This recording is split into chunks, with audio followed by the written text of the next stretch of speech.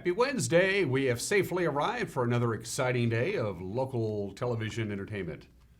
We hope we'll find out together over the next hour. It is the 20th day of November, 2019. I'm Dan Kuntz. This is Wake Up Wenatchee Valley. We want to thank you for starting your day with us here on the NCW Live channel. I hope you ended your day with us here on the NCW Live channel with the evening news. We'll do it again tonight. We do have a lot of news to get to. We have quite a bit of sports to get to. The Caribou Trail League first and second team, well, the best players in the Caribou Trail League, I guess, in the world of football were named yesterday. We'll have that story. We'll also preview the Wenatchee Central Lions Club all-school tailgate luncheon this Friday. A certain friend of ours in our television family will be the keynote speaker for that.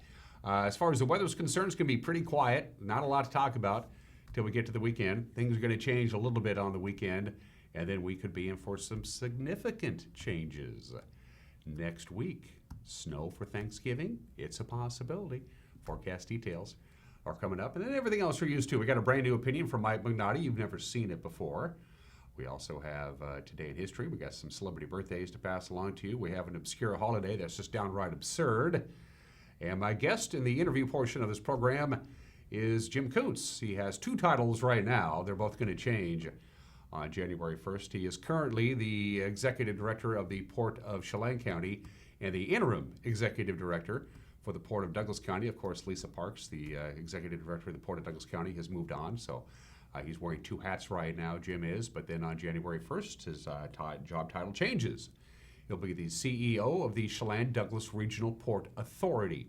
We've sat down with him at Executive Flight, the headquarters of the ports, and we'll have that conversation for you in the back half of the hour. Hope you enjoy it. Sun's just getting going here. Climate over the East Wenatchee bench. Let's see if we have enough light to take you around the valley with our Valley View cameras.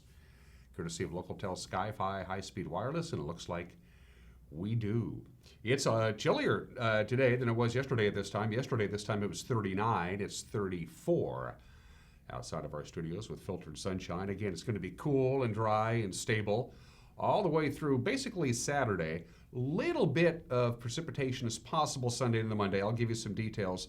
The high pressure ridge, which is dominating our weather, is going to flatten on Friday. It's going to allow a little system to come through, but there's really no moisture associated with it. So we're probably not going to get any snow over the weekend. But we do have well, we'll talk about it when we get to weather. Just a little tease for you there. Sun's not quite ready to get going yet. Sun doesn't come up until 7:12. Sunset this afternoon is 4:20. That's 9 hours and 8 minutes of daylight. Beautiful view of the Wenatchee Valley from our cross camera located adjacent to the cross at the top of Wenatchee Heights. That is an incredible view, but to see it in person is even more impressive. That's pretty stunning indeed. Camera number 2 is Megan's choice. I don't know. She brings it up and I have to guess. Well, that's the top of McNeil Canyon. I'm used to seeing that.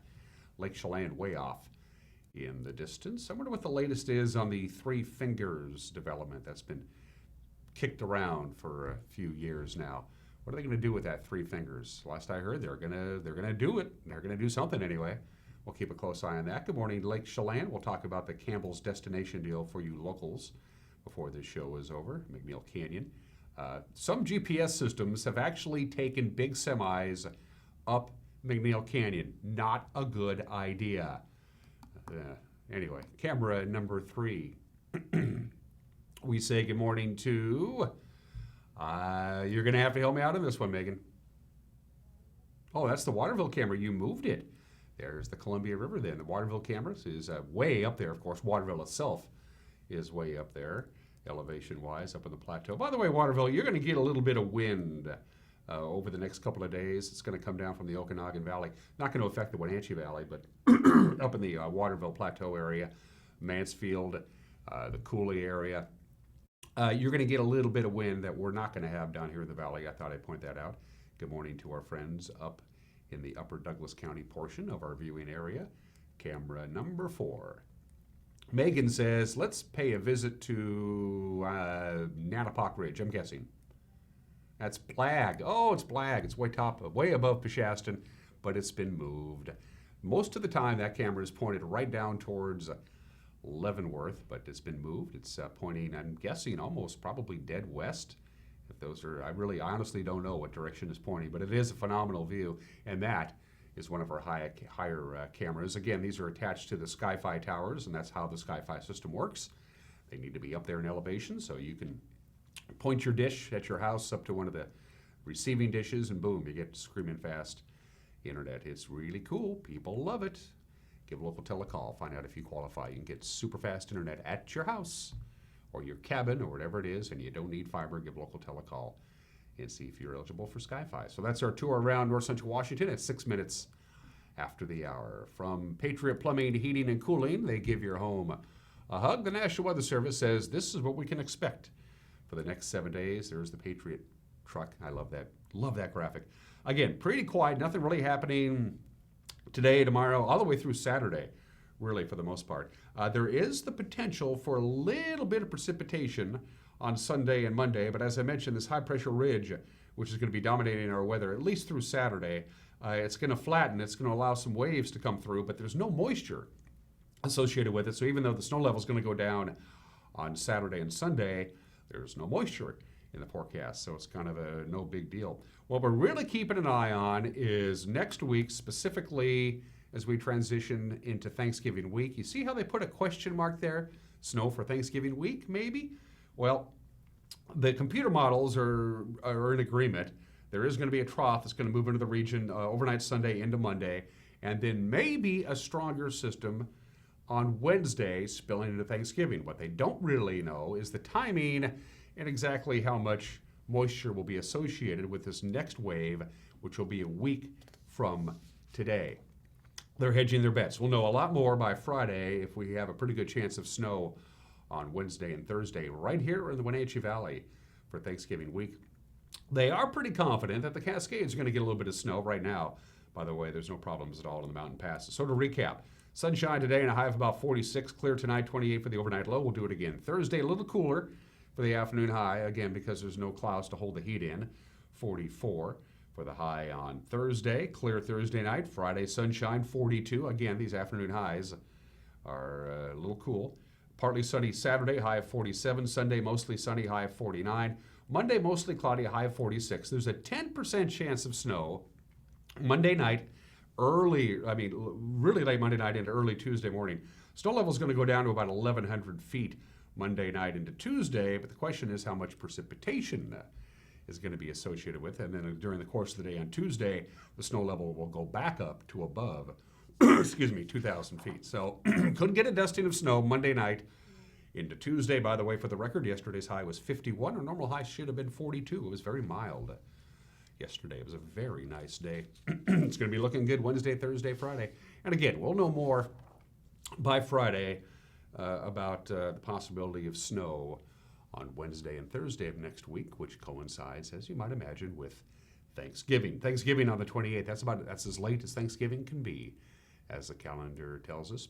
It's 9 minutes after the hour. We're going to take a break and come back with your news. You're watching Wake Up Wenatchee Valley live from Studio 2 in downtown Wenatchee on the NCW Life Channel.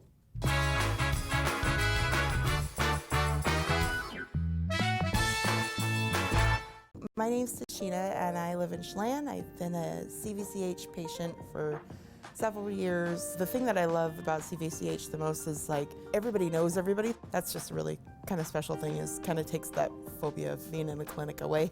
I would just tell all the CVCH staff that they're doing great, and thank you for making us feel comfortable, and you guys are always there for us, and the whole staff checks in on us and we really appreciate it. Hi, my name is Jim Heinlein, independent agent and owner at Springwater Insurance Group, formerly known as Senior Insurance Services. And we recently decided to make that name change because we're offering so many different other types of insurances in addition to Medicare education and enrollment, like we've been doing for 15 years.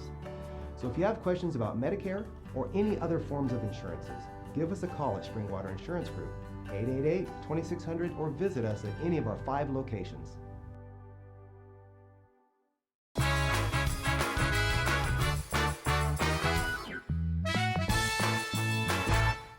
Good looking sunshine on this Wednesday, 34 degrees, just a few high clouds, bountiful sunshine right through the rest of this work week, really for the most part for the weekend, and then things change on Monday and Tuesday, and could even see some snow by Wednesday and Thursday of next week. Here's what's making headlines. An afraid man is one of 16 Northwesterners charged in a Washington State Patrol sting operation that targeted suspected pedophiles.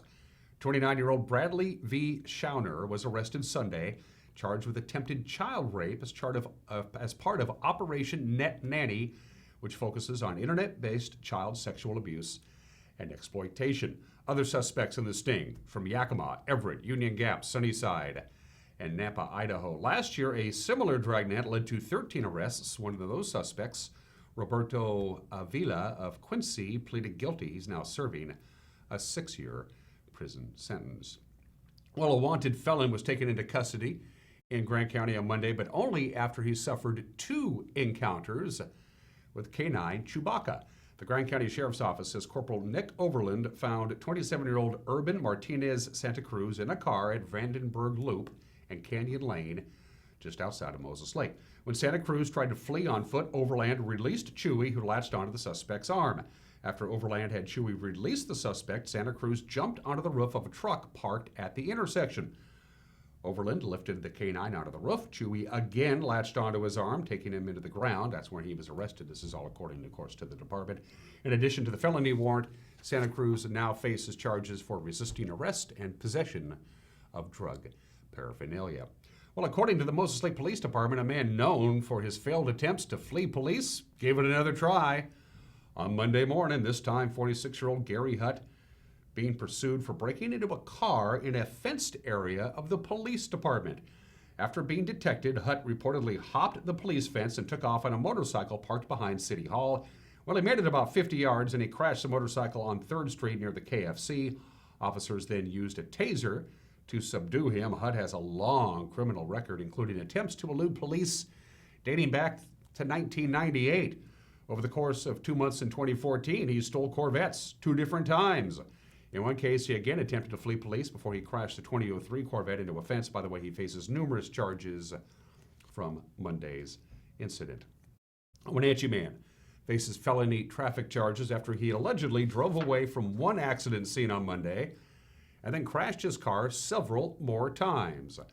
Wenatchee police say 53-year-old Timothy Mark Fryover ran a Kia Sorento into 2 Chelan County PUD power boxes and a number of other obstacles after he drove away from a 2-car wreck on Springwater Avenue about 3:13. Again, this was on Monday. Officers eventually stopped the car by ramming it when it reached Cedarwood Place. That's close to Fryover's home address.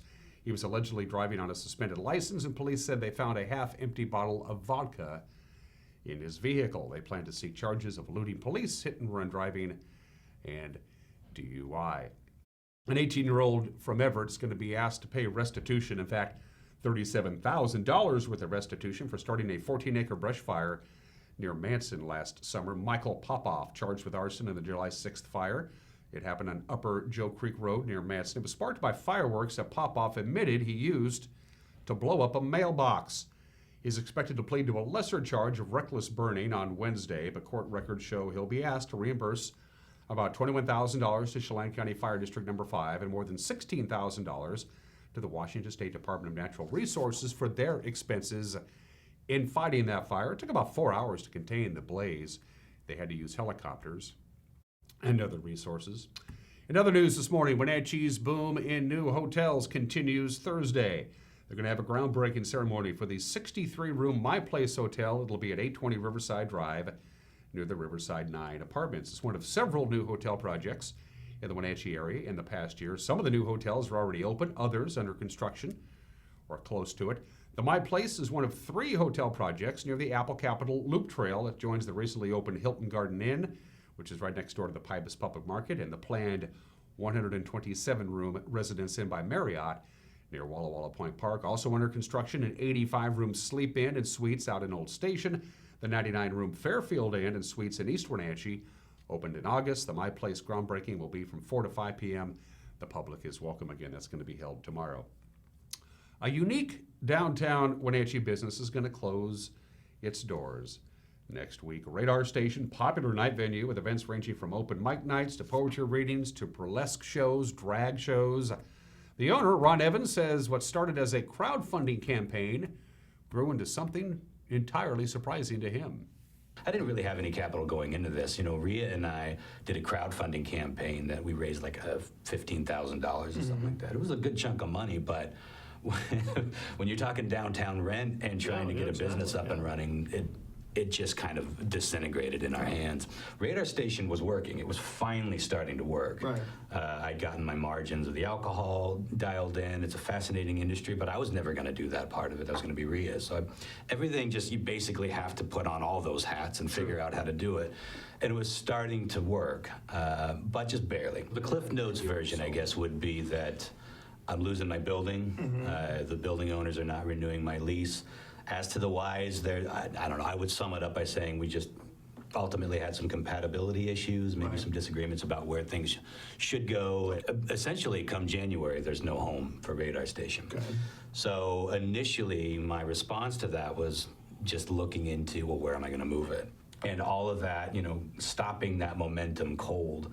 The quickest I could be up and running, I'm guessing, would be a couple of months, but that's not very likely. I'm kind of in that part of the relationship, if to use the analogy of a breakup, where I'm like, relationships are stupid, you know, never again. Sure. But I don't know, if once that all mellows out a bit, and if something popped up, and there are a few spaces and people that are really excited to get Radar Station in it, to the point where they're just like kind of like lowering their rent. There's, without tooting my own horn, there's nothing else like Radar Station. No, And when it not at goes all. away, nothing's going to replace it, Yeah. except another Radar Station. So for the people that go to it and they have found it to be a safe place, whether that's being accepted for whatever lifestyle they live, whatever you know, their politics, Yeah. however they live, whatever they're into, they've found that safe harbor, or a place that you can get up and try stand-up comedy. For those people to see that going away, I think is painful. Yeah. You know, it's not just, oh, that's a bummer.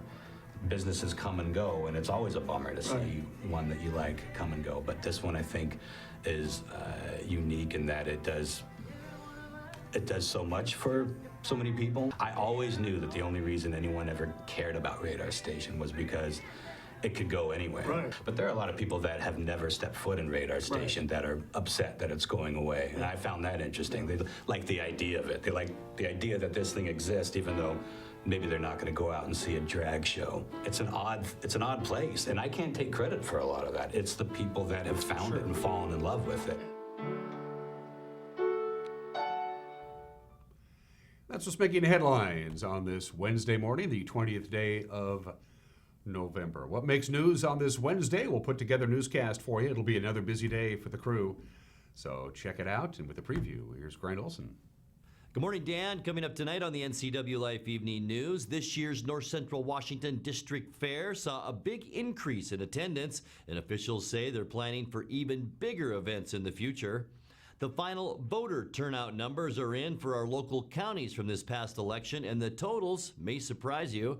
I'll have a look at your complete North Central Washington weather forecast, and Eric Granstrom will have all the day's sports. All of that and much more coming up tonight on the NCW Life Evening News at 5, 6, and 10. Hope you'll join us then. Dan?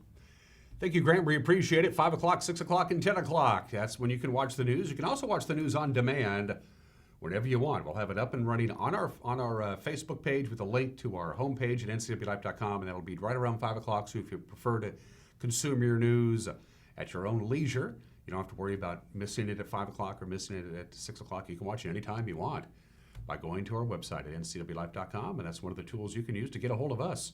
Our website has a Contact Us icon. Click on it, fill out the form, and we get it. You can email us if you want to say hi via email, news@ncwlife.com. You can use our Facebook page and do the messenger. By the way, hi Charity, do that. That's one way to get a hold of us. And by the way, when you're on our Facebook page, be sure to like us. We appreciate that. And if you prefer just to pick up the telephone and give us a call, the number's right there at the bottom of your screen. 34 degrees, lots of sunshine, pretty much for the rest of the week and into the weekend. Things are going to change.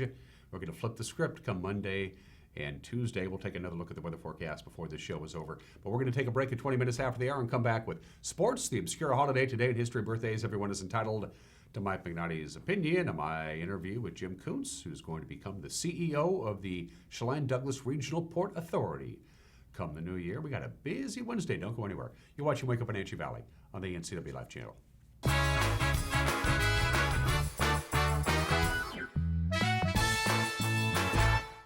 Arctic Refrigeration and Heating, serving North Central Washington, is proud to offer the finest heating and cooling air quality products along with prompt and professional customer service since 1984. Regardless of the temperature outside, Arctic is here for you. Arctic offers a variety of services: residential and commercial heating, air conditioning, commercial refrigeration, as well as planned fall and spring maintenance for the overall well-being of your system. Call Arctic Refrigeration and Heating for your heating and cooling needs. Highlander Golf Course is proud to announce their 2 new state-of-the-art full-swing golf simulators with over 80 courses of virtual golf to choose from year-round. Or try their Laser Shot simulated firearm program, or gaming with football, basketball, and much more. Enjoy Highlander food and drink service from their full-service bar and grill in the comfort of their simulator room. Call the Highlander Pro Shop to book your time at 884-4653. That's 884-4653.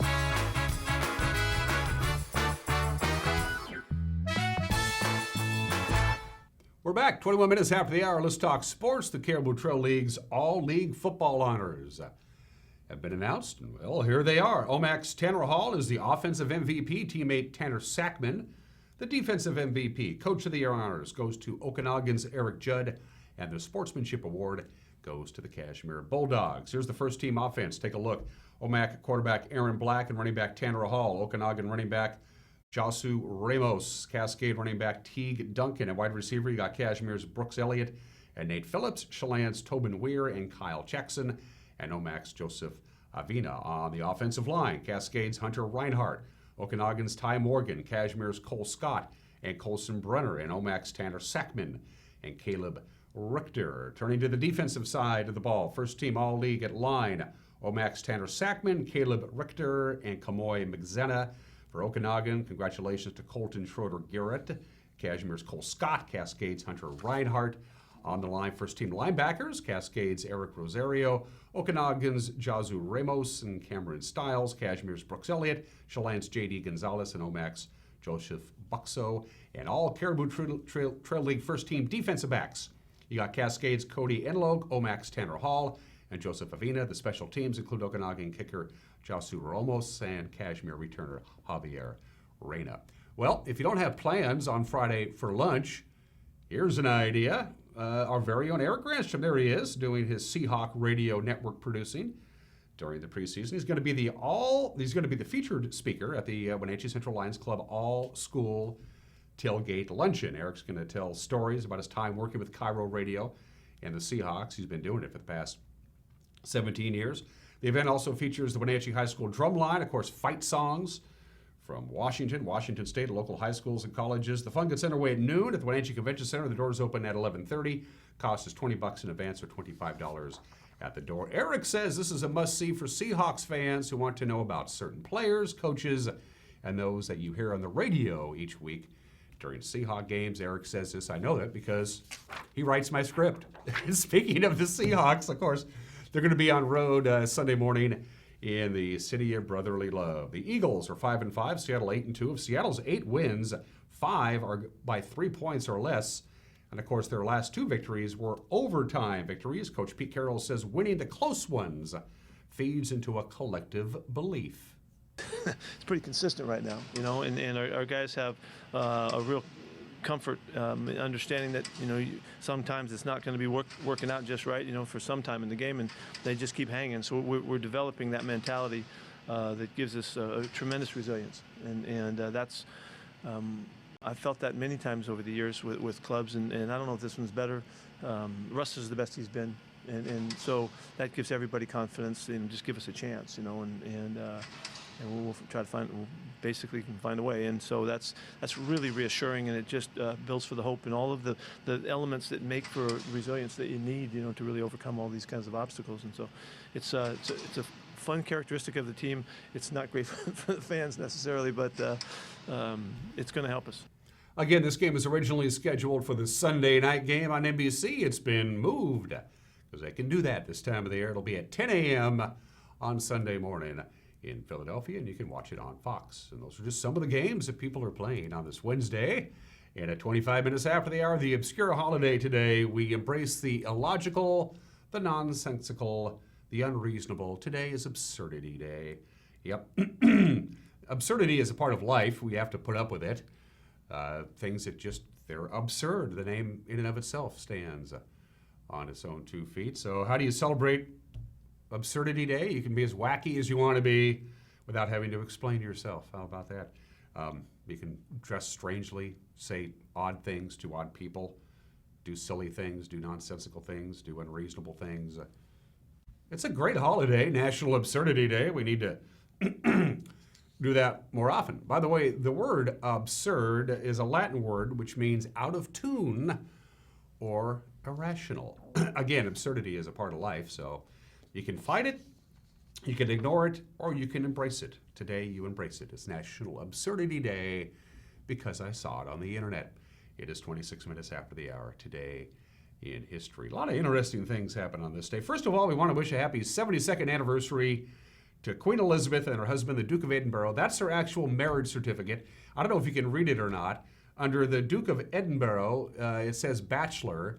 Under Princess Elizabeth, she was the princess at the time, it says spinster. Yes, apparently they used the term spinster back in 1947. Yeah, 72 years ago today, they said I do. Let's take a look at the film. Oh, we don't have the video. Oh, okay, forget it. But I will tell you this much. Their wedding cake was pretty darn impressive. It was 9 feet tall. It was a fruit cake, 4 tiers, 9 feet tall. It weighed 1/4 ton. It was made with 80 oranges, 660 eggs, 3 gallons of rum. That's my kind of cake. By the way, the couple received over 2,500 wedding gifts, including, I'm told, 3 toasters. Happy anniversary to the Queen and the Duke, married 72 years ago today. This is the 50th anniversary, and they're commemorating this in the San Francisco Bay Area. It's the 50th anniversary of the occupation of Alcatraz. That's when Native Americans seized control of Alcatraz Island because they could. They hung around for about 1.5 years. It all goes back to the Treaty of Fort Laramie between the U.S. and the Lakota tribe. The treaty said all retired, abandoned, or out-of-use federal land was supposed to be returned to the native people if they had ever at one time occupied it, and that was the case with Alcatraz. They closed the penitentiary in 1963. The federal government declared it surplus property in 1964, and so about 80 or so Native Americans said, well, we'll take it. They had ulterior motives, as I might imagine. They hung around until the U.S. government finally threw them off the island on June 11th, 1971. They are doing commemorative ceremonies at Alcatraz Island this morning on the 50th anniversary of Occupation Alcatraz. Happy 34th anniversary to Windows 1.0. Microsoft released Windows 1.0. There it is. They don't support it anymore. A lot of people didn't like it, but it changed Microsoft's fortunes forever. It was a big gamble for Bill Gates. The GUI interface, the mouse, a lot of people didn't like that, but it was the first one. Microsoft 1.0 was released on this date 34 years ago today, and it became the operating system for almost every personal computer on the planet at the time. And this is the second anniversary of the death of the Georgia Dome. The Georgia Dome, the former home of the Atlanta Falcons, imploded on this date just 2 years ago, and it was only 25 years old. It was only 25 years old, and they already considered the Georgia Dome out of date. The Georgia Dome's claim to fame, the only stadium in the world to host the Olympics, the Super Bowl, and the men's Final Four. And it met its demise 2 years ago today, after just 25 years. I wonder what the taxpayers of Georgia felt about that. Bottom of the hour. Let's do some birthdays, shall we? Robert Francis Kennedy was born in this state in 1925.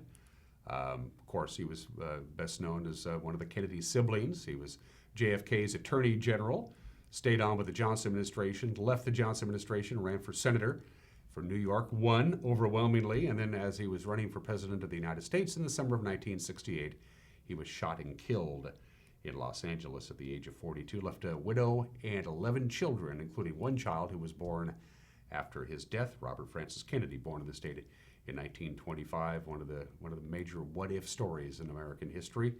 What if he either survived his assassination attempt or it never happened at all? He would have run against Nixon in '68. That would have been interesting. Oliver Sipple was born in the state in 1941. Oliver Sipple was a Vietnam War hero. He was a Marine. He was wounded in the war. He was decorated. He was left disabled by the war. He was born in the state in 1941. On September 22nd, 1965, Oliver Sipple knocked the pistol out of the arms of Sarah Jane Moore, who was trying to assassinate President Gerald Ford in San Francisco. It made Oliver Sipple a hero. He didn't take to it very well because Oliver Sipple was a homosexual. He didn't want anybody to know he was a homosexual. He knew his parents would disown him. This was 1975 after all, but he was outed publicly by the press. It became a cause célèbre. He unsuccessfully sued any number of publishers and newspapers for invading his privacy. Essentially, it ruined his life. Oliver Sipple died in 1989 at the age of 47, all but forgotten, alone and broke in his San Francisco apartment. He was born in the state in 1941. Oliver Sipple, sad story. Dr. John, we miss the good doctor, Mac Remenack. He passed away, of course, June of this year at the age of 77. He's in the Rock and Roll Hall of Fame, class of 2011. Should have been in the Rock and Roll Hall of Fame a lot earlier than that. The album Gris Gris is must listen, Right Place, Wrong Time, Such a Night. Great piano player, great guitar player. The Night Tripper, Dr. John, one of my favorites, born in the state of 1941. Joe Biden wants to be the next president of the United States. He's 77, by the way, today.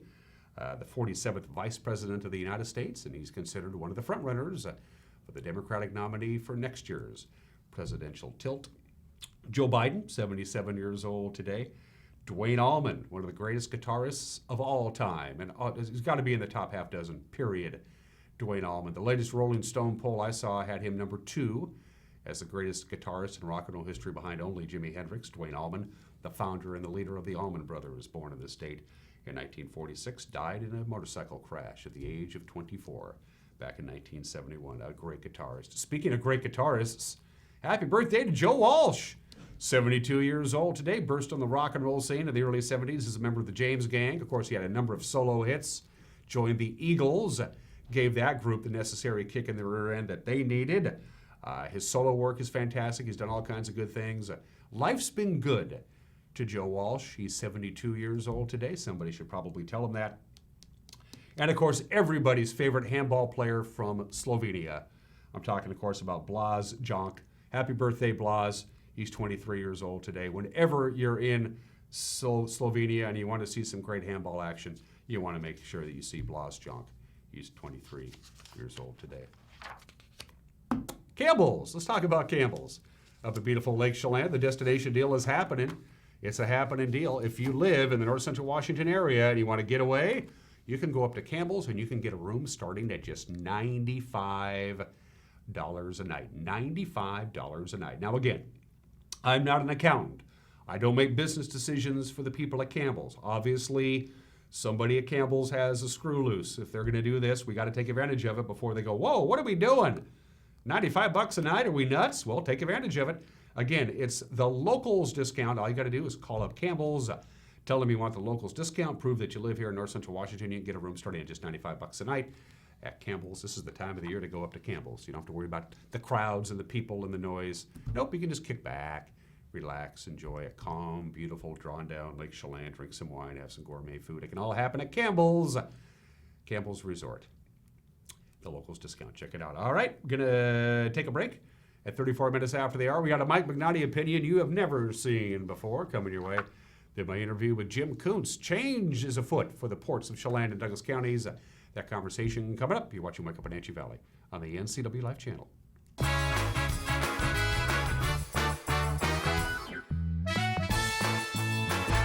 Travel enhances your life in every way. Let the travel professionals at Journey Travel and Tours help you plan that dream vacation. Don't leave the important details to those nameless, faceless online agencies. At Journey Travel and Tours, our goal is to build relationships that last a lifetime. And when you do need help, we have a 24-hour helpline that is routed to one of the agents in our office. When you think travel, think Journey Travel and Tours. It's where your journey begins. Like us on Facebook, and you could be one of our monthly winners. Mary Mates of Wenatchee believes a clean home is a happy home. Mary Mates provides holiday cleaning services to cheer about. Don't let the seasonal cleaning ruin the festive fun. Mary Mates can simplify your life at a great value. It's never too soon to start planning a holiday perfect home. Mary Mates of Wenatchee happily offers a worry-free guarantee. Locally owned and operated, let Mary Mates do the cleaning while you focus on your family and friends. Call Mary Mates today. Let Fitterers Furniture help you turn your dreams into reality with their exciting selection of quality furnishing and accessories. Whatever style you are looking for, you will find beautifully crafted furniture of exceptional value and the unmatched Fitterers customer service to make this shopping experience one you will keep coming back to. Make a point of visiting Fitterers Furniture in downtown Ellensburg. Quality selection and service since 1896. I'm Jake Carpenter, Vice President of Investor Relations for Equilus Group Incorporated and Equilus Capital Partners.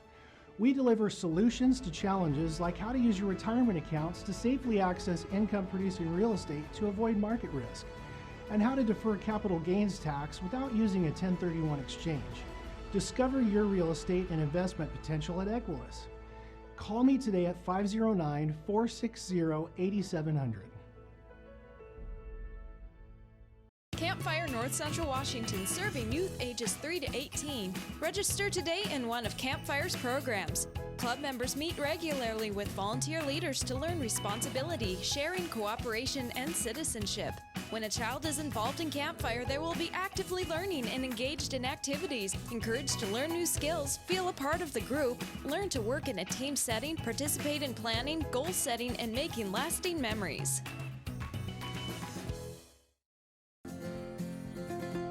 At Local Myth Pizza, we believe in real food, freshly prepared with only premium ingredients. Our cheeses are imported from Italy. Our sauces, dressings, and even our sausages are made in-house fresh daily.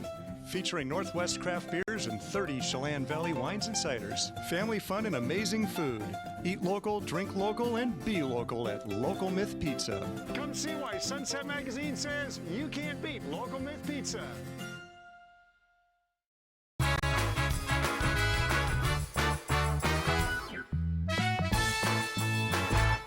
This is Mike Mad Dog McNutty, and everybody is entitled to my opinion. Now, I recently read a book about serious issues of domestic violence in our society. And now, this is an issue close to me. I've been dealing with domestic abuse issues as a cop and as a therapist for most of my adult life. And at one point, the author of this book stated that Republicans didn't care about abused women because they didn't vote for some funding for domestic abuse victims programs. No, whoa, wait a minute. Now, isn't it possible that the politicians who didn't vote for these programs simply didn't believe that federal funds should be spent in that manner, not because they hated women? To make a derogatory conclusion about any politician because they don't feel that money should be spent on what you think money should be spent on is part of the divisive logic that's detrimental to mature problem thinking. Now, I have worked to stop domestic violence against women for decades, and I don't think all proposed programs in this area should be paid for by the feds. What does that make me, a woman hater? Hey, this is Mike Mad Dog McNutty, and that's my opinion.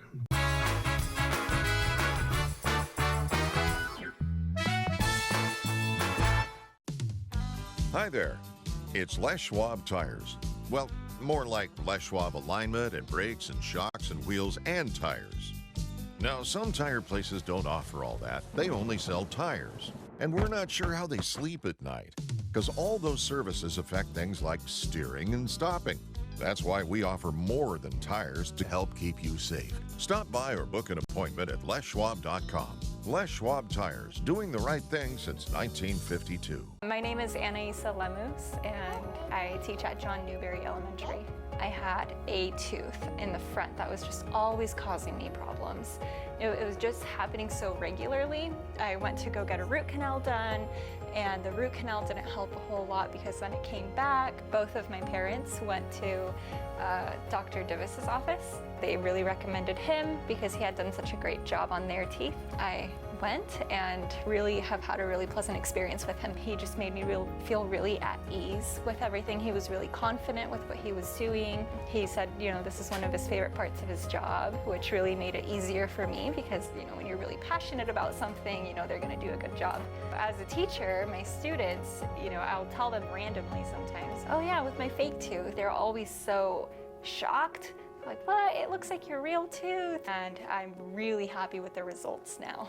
This is Dr. John Davis. Please call us today. The world around us is constantly changing. Major employers in North Central Washington have expressed a need for capable, qualified engineering technologists who can think critically and solve problems. And at Wenatchee Valley College, we listened.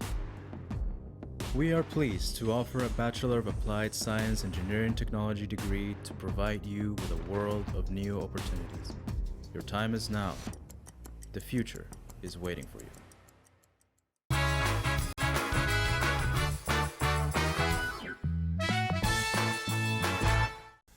Welcome back to Wake Up Wenatchee Valley. I am Dan Kuntz, the man to my immediate left I've known for 55 years. I'm 55 years old, as you might imagine. Full disclosure, he is my brother. There you go. I got that out of the way.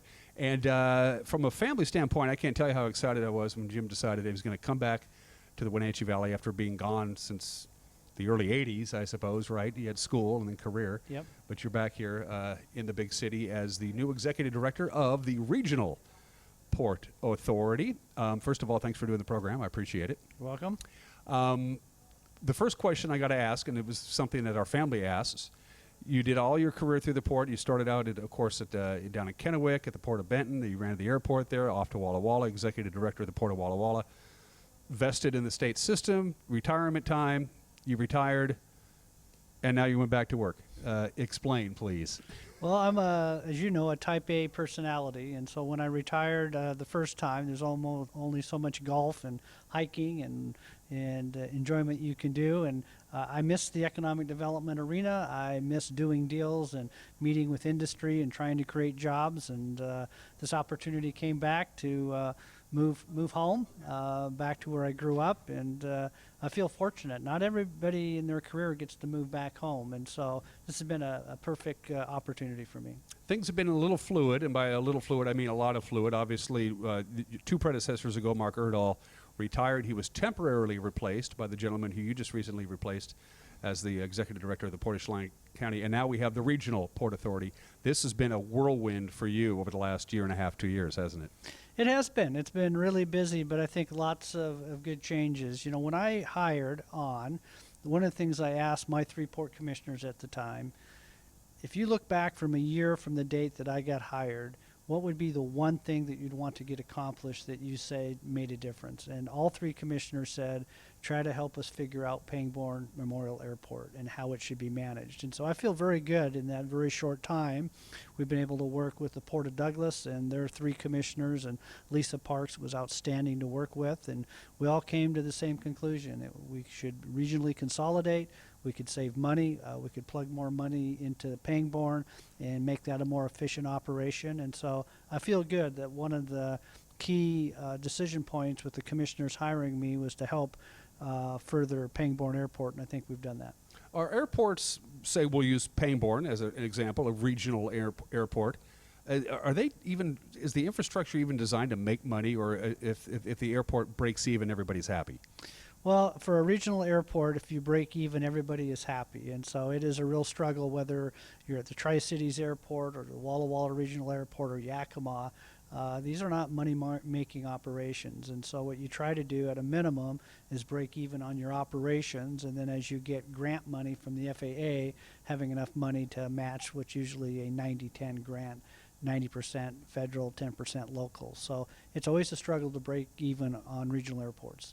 I asked JC and Jim this, JC Baldwin and Jim Huffman. They said, ask you, so I'll ask you.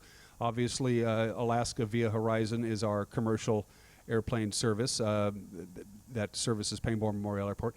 Other regional small carriers have come and gone, decided they couldn't make it economically feasible. Is there any talk or any kind of airlines out there that are kicking the tires and thinking we might want to give Horizon a little competition in the north central Washington area and set up shop here at Pangbourne? So first, let me just talk about Alaska, the incumbent carrier. They're doing very well in our market, 3 flights a day, and then during our busy season, 4 flights a day. We've been told recently from Alaska that they're going to be extending the 4-flight schedule to be more the rule than the exception. So we're very excited about that. Passenger boardings are very strong here. So as it relates to additional carriers, we do have an interest. Obviously, we got a federal grant in order to try to encourage service down to the Bay Area. And we continue to have conversations with a host of airlines that have an interest in that market. We got a $750,000 grant thanks to Senator Cantwell, and then we matched it with some local community donations, and so $400,000. So we have a significant amount of money set aside. One of the things that set us back a little bit, oddly enough, is Boeing 737s and needing to park so many aircraft, because what happened when those got parked, they took other airplanes in regional markets and moved them over to the bigger airports. So there is an airplane shortage right now, but once the 737 starts flying again, those regional airplanes, those that are most likely to serve our market, will come back into more rural communities, and I think at that point in time we'll have a better luck in some of our meetings. But we have 2 meetings scheduled December 3rd with 2 different airlines to talk about this opportunity.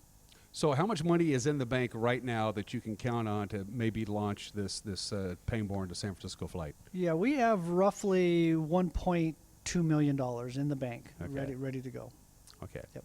And how much? But airlines don't want to lose money either, Right. and so what they want to do is come in and have a sustainable market. I'll just share a quick story with you. Tri-Cities Airport got a similar grant to have direct service from Tri-Cities to LA, and they've been at it 1 year, and they just announced their pulling service. Just like that. Just like that. They couldn't make it. So airlines want something that is sustainable, and so that's why we're trying to find that right airline.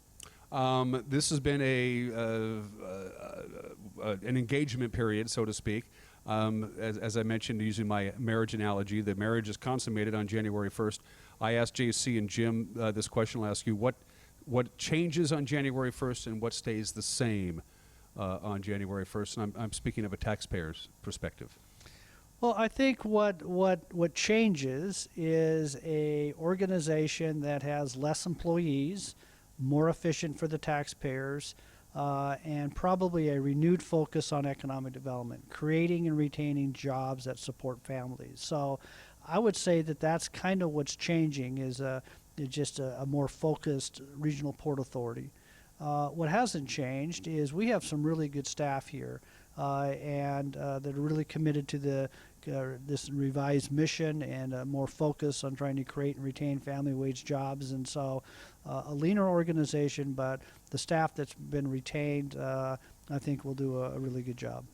Was this part of like 16 months ago, part of the master plan? As you looked at in crunch numbers, you thought this is kind of silly. We can save a lot of money and save our taxpayers money if we consolidate the ports.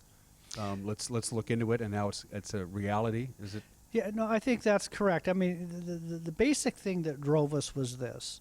While we have a river that separates Douglas and Chelan counties, our economies are intertwined as one.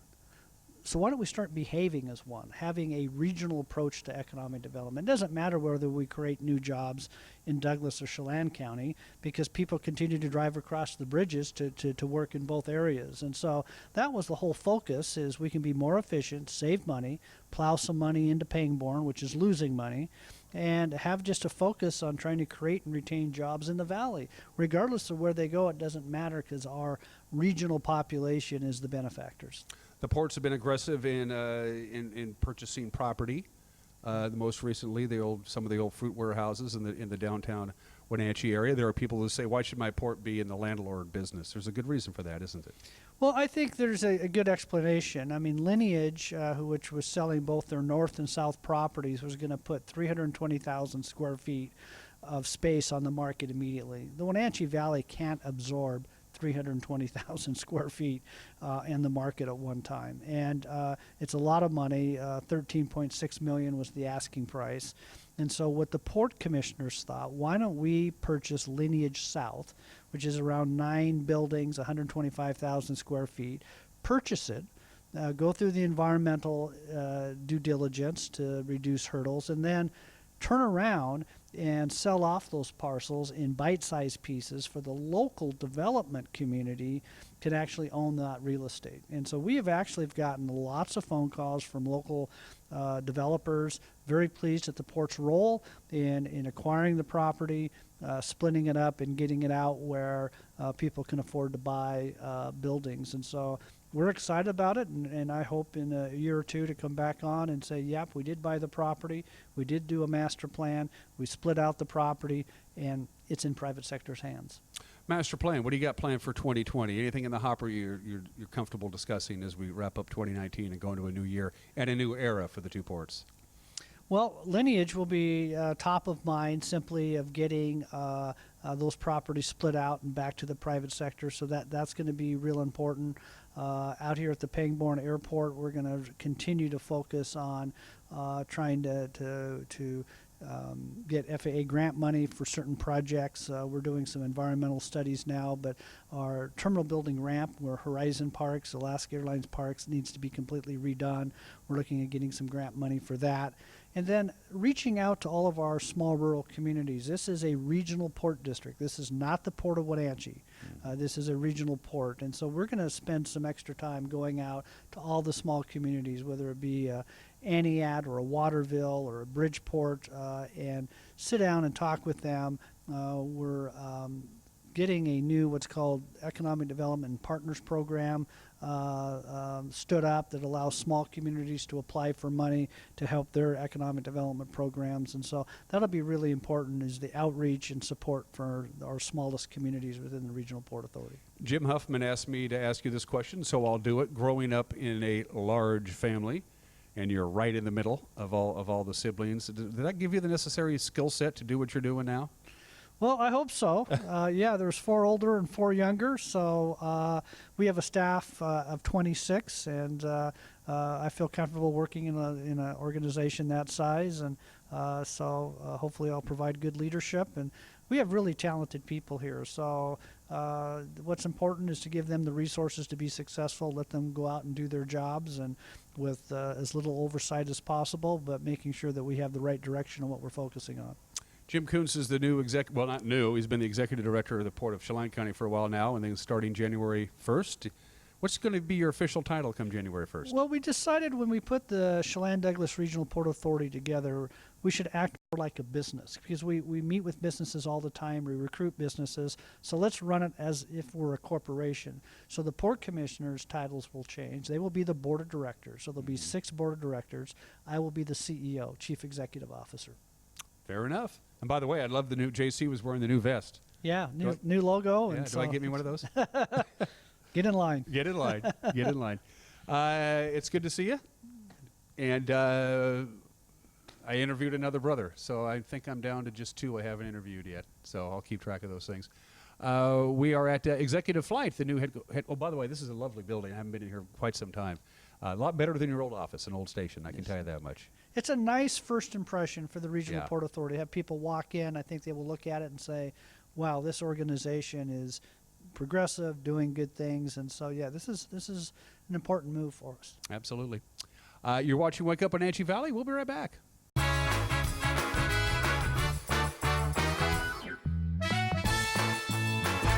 This is Caitlin Hedershe, the producer of the NCW Life magazine. Each week, I'm bringing you a look behind the scenes of the faces, places, and events that make North Central Washington the place we call home. Tune in every weekday for an in-depth look at a new topic each week. From local artists in their studios to businesses breaking barriers that might surprise you, and everything in between. Join me on the NCW Life magazine right here on the NCW Life channel. We're here because of the children, because the children need to be protected. Their needs aren't being met. They didn't ask for any of this stuff. It's not their choices that got them here. The more adults that a child has that love them, the better off they are. Children need a whole community to raise them. And if we can do any little thing, it makes a big difference in the child's life.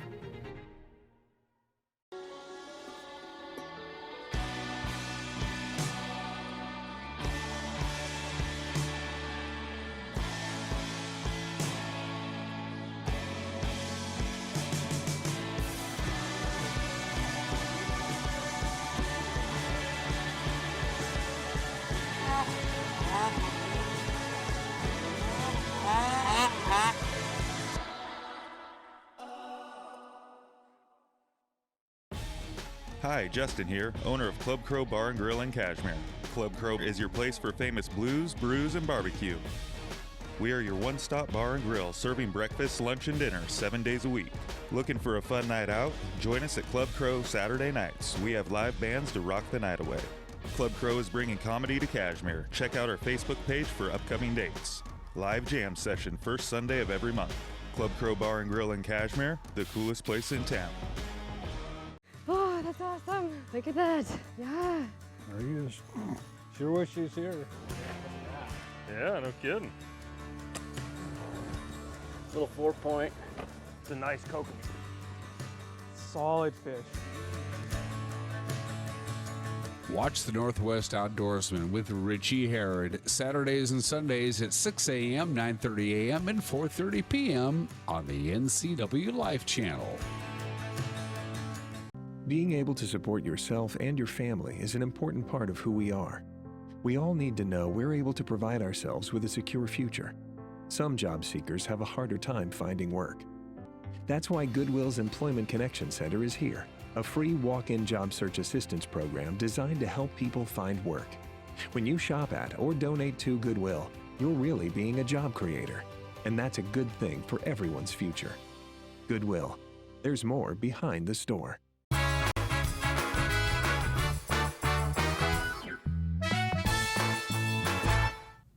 There we are. We're back. How are you? About 3 minutes left in this program. I thought we'd end the show where we began the show with another look at your weather forecast as we look at the beautiful cross camera. Beautiful morning right now, 34 degrees, lots of sunshine, although it's considerably cooler now than it was yesterday at this time. It was near 40 at this time yesterday. Lots of sunshine, not a lot to talk about. This forecast, courtesy of our friends at Patriot Plumbing. National Weather Service says it's going to be cool, going to be dry, pretty quiet, all the way through really Saturday into Sunday. There is the slightest chance of, the slightest potential for a little bit of precipitation Sunday into Monday. That includes some low elevation snow. What's going to happen around next Wednesday that could pose some concerns for you people who plan on traveling over the river and through the woods to grandmother's house for Thanksgiving, because it's a possibility. The models, the computer models from the National Weather Service, they're in pretty good agreement. There's going to be a trough move into the region Sunday and Monday, and then another system they say on Wednesday that's going to be stronger than the one that's coming in Sunday and Monday. Now the difference is the one on Sunday and Monday, as the ridge flattens out and allows that system to come through, the trough to come through, there's no moisture associated with that trough, so we're really not expecting any snow on Saturday or Sunday. But come Tuesday and Wednesday, yeah, it's a possibility. Snow level is going to go down. Snow level is going to fall down on Tuesday to around 800 feet Monday night into early Tuesday morning. This is going to rise up to about 2,000 feet on Tuesday afternoon. So we do have a chance of precipitation on Tuesday with a high 41. Question is, what kind of precipitation are we going to get? So we'll take this in order. For today, again, lots of sunshine. We'll top off, as you can see there, in the right around 51 or so. Clear, 28 for the overnight low. Sunshine and 44. 45, 46 on Thursday. For Friday, sunshine and 42. Saturday, we're looking at partly cloudy skies. Again, there's a weak system coming in Saturday into Sunday, but it's not really packing any kind of precipitation with it, so we're not looking for any snow, at least on the valley floor. It's maybe some light snow in the upper elevations Saturday into Sunday. That would be late Saturday night and early Sunday. More sunshine on Sunday, and as I mentioned before, the high-pressure dome, which is dominating our weather, is going to start to flatten out. It's going to allow a weak trough to come through. That's not packing any real moisture. That's Monday into Tuesday, but Wednesday is what we're really keeping an eye on. As the snow level goes way down and the chance of precipitation goes up, we could get a light dusting of snow on Wednesday, even more so on Thanksgiving, but it's just a little bit too far out in the forecast window for the National Weather Service to really wrap their hands around it. We'll know a little bit more on Thursday. By Friday, we'll have a pretty good idea of what we're going to expect weather-wise on Wednesday, which is the big travel day for Thanksgiving, and on Thanksgiving Day proper, Thursday. You can pretty much bet that the mountain passes are going to get some snow on Wednesday and Thursday. That's the odds of that happening are pretty good. Are we going to get snow down here in the Wenatchee Valley? We won't really know. Grant will have more with the weather tonight at 5 o'clock. My guest tomorrow, Dr. Patrick Carrillo, who is the Behavioral Health Outpatient Clinical Director at Confluence Health. Talk about stress and the holidays. That's tomorrow. Have yourself a great Wednesday. Till then, take care. Bye-bye.